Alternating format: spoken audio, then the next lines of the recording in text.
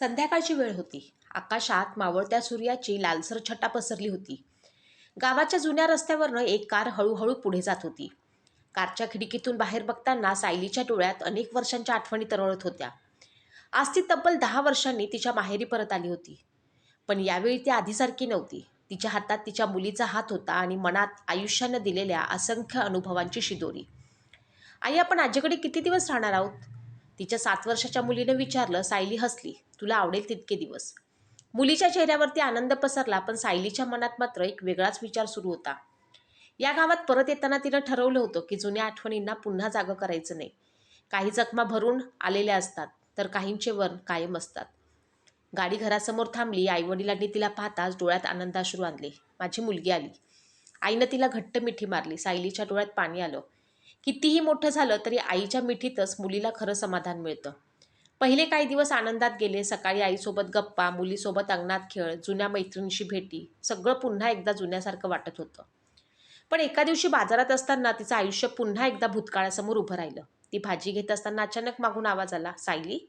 हा आवाज ऐकताच तिच्या हातातील पिशवी खाली पडता पडता राहिली. हा आवाज ती कधीच विसरू शकली नव्हती. तिने हळूच मागे वळून पाहिलं आणि तिच्या चेहऱ्यावरचे भाव एका क्षणात बदलले. समोर करण उभा होता. तोच करण, ज्याच्यावर तिनं कधी जीवापाड प्रेम केलं होतं, ज्याच्यासाठी तिनं तिची सगळी स्वप्न पाहिली होती, ज्याने एक दिवस अचानक तिचा हात सोडला होता. आज 10 वर्षांनी ती त्याच्यासमोर उभा होता. कशी आहेस? करणने विचारलं. सायली काही क्षण त्याच्याकडे बघत राहिली. मनात हजारो प्रश्न होते. कुठे होतास इतकी वर्ष? मला विसरलास का? माझ्या आयुष्याचा निर्णय घेऊन तू कुठे निघून गेलास? आज इतक्या सहजतेने विचारतोयस कशी आहेस? पण ओठावर मात्र एकच उत्तर आलं, मी ठीक आहे.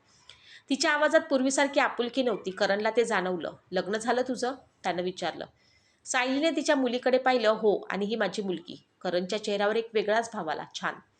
फक्त एवढंच बोलून तो शांत झाला. सायलीला त्याच्याशी एक क्षणही जास्त बोलायचं नव्हतं.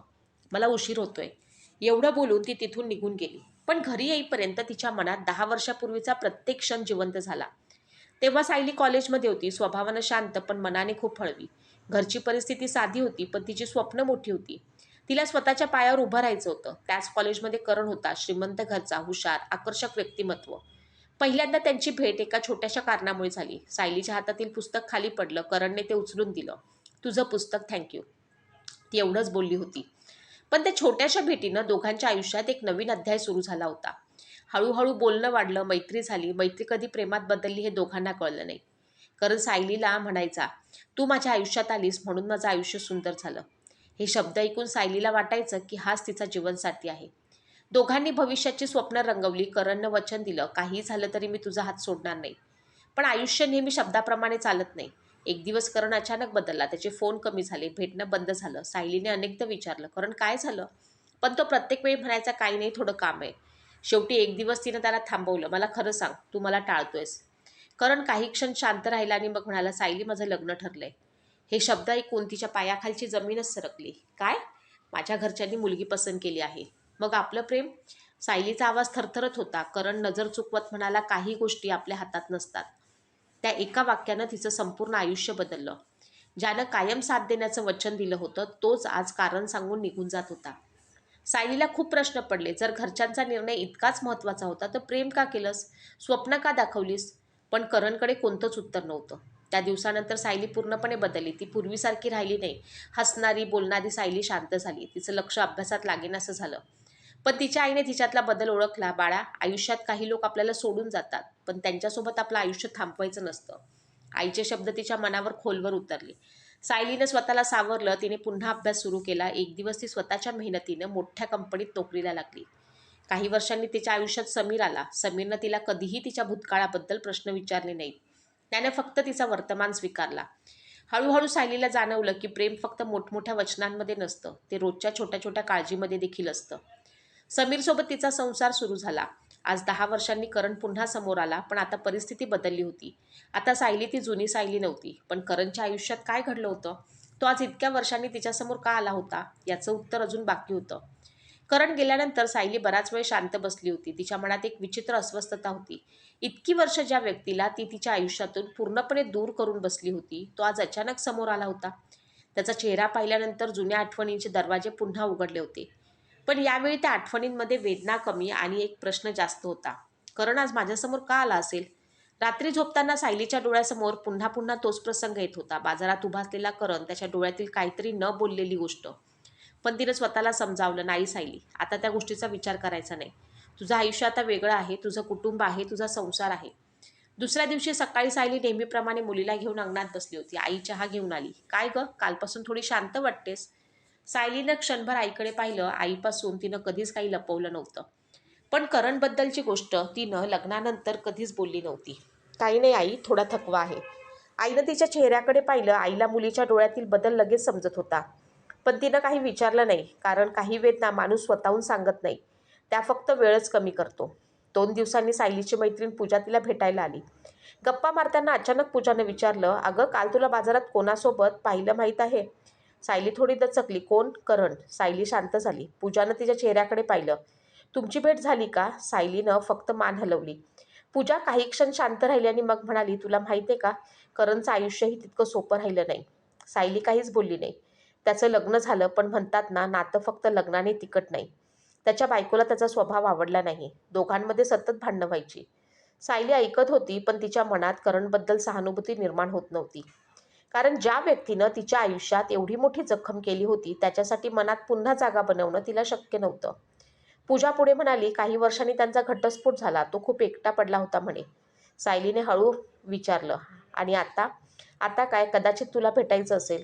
हे ऐकून सायली हसली. कशासाठी? पूजा तिच्याकडे पाहत म्हणाली, ज्यावेळी मला त्याची गरज होती तेव्हा तो गेला. आज त्याला माझी आठवण झाली. याचा अर्थ असा नाही की मी पुन्हा तिथेच असेन. पूजाला तिच्या मैत्रिणीच्या आवाजातला आत्मविश्वास जाणवला. ती तीच सायली नव्हती जी करण गेल्यावरती तुटून गेली होती. दरम्यान करण मात्र वेगळ्याच विचारात होता. त्याला सायलीला पहिल्यापासून सतत जुने दिवस आठवत होते. त्याला आठवत होते कॉलेजचे दिवस, सायलीचं निरागस हसणं, तिचा त्याच्यावरती असलेला विश्वास. त्यानं तो विश्वास कसा तोडला होता? खरं तर करणने सायलीला सोडलं तेव्हा कारण फक्त घरच्यांचा विरोध नव्हता. त्याच्या आयुष्यात दुसरी एक व्यक्ती आली होती, जिच्यासोबत त्याला भविष्य दिसत होतं. पण त्या व्यक्तीसाठी त्यानं सायलीला गमावलं. काही वर्षांनी त्याला समजलं की ज्या व्यक्तीसाठी त्याने एक खरं प्रेम सोडलं होतं, ती व्यक्ती त्याच्यासाठी योग्य नव्हती. पण तोपर्यंत खूप उशीर झाला होता. सायली आपल्या आयुष्यात पुढे निघून गेली होती. करणला आता पहिल्यांदा जाणवलं होतं की त्यानं गमावलेली व्यक्ती किती मौल्यवान होती. एक दिवस करणने सायलीचा एक नंबर शोधून काढला. त्यानं फोन हातात घेतला. खूप वेळ स्क्रीनकडे बघत राहिला. शेवटी त्यानं फोन लावला. सायली मोबाईलवर अनोळखी नंबर दिसला. तिनं फोन उचलला. हॅलो. समोर काही क्षण शांतता होती. मग आवाज आला, सायली. तो आवाज ऐकताच तिला समजलं करण होता. तिचा हात काही क्षण थांबला. बोल. तिचा आवाज शांत होता. मला तुझ्याशी काही बोलायचं आहे. कशाबद्दल? जुन्या गोष्टीबद्दल. सायली काही क्षण शांत राहिली. कारण जुन्या गोष्टी फक्त आठवणींसाठी असतात, पुन्हा जगण्यासाठी नाही. करणच्या डोळ्यात पाणी आलं. मी तुझ्यावर अन्याय केला. सायली काही बोलली नाही. मला माहीत आहे. मी तुला खूप दुखावलं, पण सायलीने त्याला थांबवलं. करण, माफी मागितली म्हणून भूतकाळ बदलत नाही. समोर शांतता पसरली. मी तुला दोष देत नाही, कारण तुझ्यामुळे मला आयुष्यात एक गोष्ट शिकायला मिळाली. करणनं विचारलं, काय? सायली म्हणाली, ज्याला आपण गमावतो त्याच्यासाठी आयुष्य थांबवायचं नसतं. हे शब्द ऐकून करणकडे काहीच उत्तर नव्हतं. सायली पुढे म्हणाली, आज माझं आयुष्य सुंदर आहे. मला माझ्या भूतकाळाकडे परत जायची गरज नाही. आणि तिने फोन ठेवला. फोन ठेवल्यानंतर तिच्या डोळ्यात पाणी आलं. पण ते दुःखाचं नव्हतं. ते एका जुन्या जखमेवरती शेवटचं औषध लावल्यासारखं होतं. त्या रात्री सायली शांत झोपली, कारण आज पहिल्यांदा तिला जाणवलं, कधीकधी एखाद्या व्यक्तीला माफ करणं म्हणजे त्याला पुन्हा आयुष्यात जागा देणं नसतं, तर स्वतःच्या मनावरचं ओझं कमी करणं असतं. पण दुसऱ्या दिवशी सकाळी एक अशी घटना घडली ज्यामुळे सायलीच्या आयुष्यात पुन्हा एक मोठं वादळ येणार होतं. दुसऱ्या दिवशी सकाळी सायली नेहमीप्रमाणे लवकर उठली. घरात सगळीकडे आनंदाचं वातावरण होतं. तिची मुलगी अंगणात खेळत होती. आई तिच्यासाठी नाश्ता बनवत होती. बाहेरून पाहिलं तर सगळं सुरळीत होतं. पण सायलीच्या मनात कालच्या फोननंतर एक वेगळी शांतता आली होती. तिला वाटत होतं की आता करणचा विषय आयुष्यातून कायमचा संपला. पण नियतीला कदाचित अजून काही दाखवायचं होतं. दुपारी तिचे बाबा घरी आले. त्यांच्या हातात काही कागद होते. सायली, तुझ्यासाठी एक पत्र आलंय. सायलीने आश्चर्याने बाबांकडे पाहिलं. माझ्यासाठी? हो, पण पाठवणाऱ्याचं नाव नाही. सायलीच्या मनात एक अनामिक भीती निर्माण झाली. तिनं हळूच ते पत्र उघडलं. पहिल्याच ओळीत तिचे हात थरथरले. प्रिय सायली. हा करणचं अक्षर होतं. तिनं पुढे वाचायला सुरुवात केली. मला माहीत आहे माझ्या शब्दांना आता तुझ्या आयुष्यात काही किंमत नाही. कारण ज्यावेळी तुला माझी गरज होती त्यावेळी मी तुझ्यासोबत नव्हतो. पण आज मला एक गोष्ट सांगायची आहे. 10 वर्षांपासून मनात ठेवली आहे. सायली पुढे वाचत राहिली.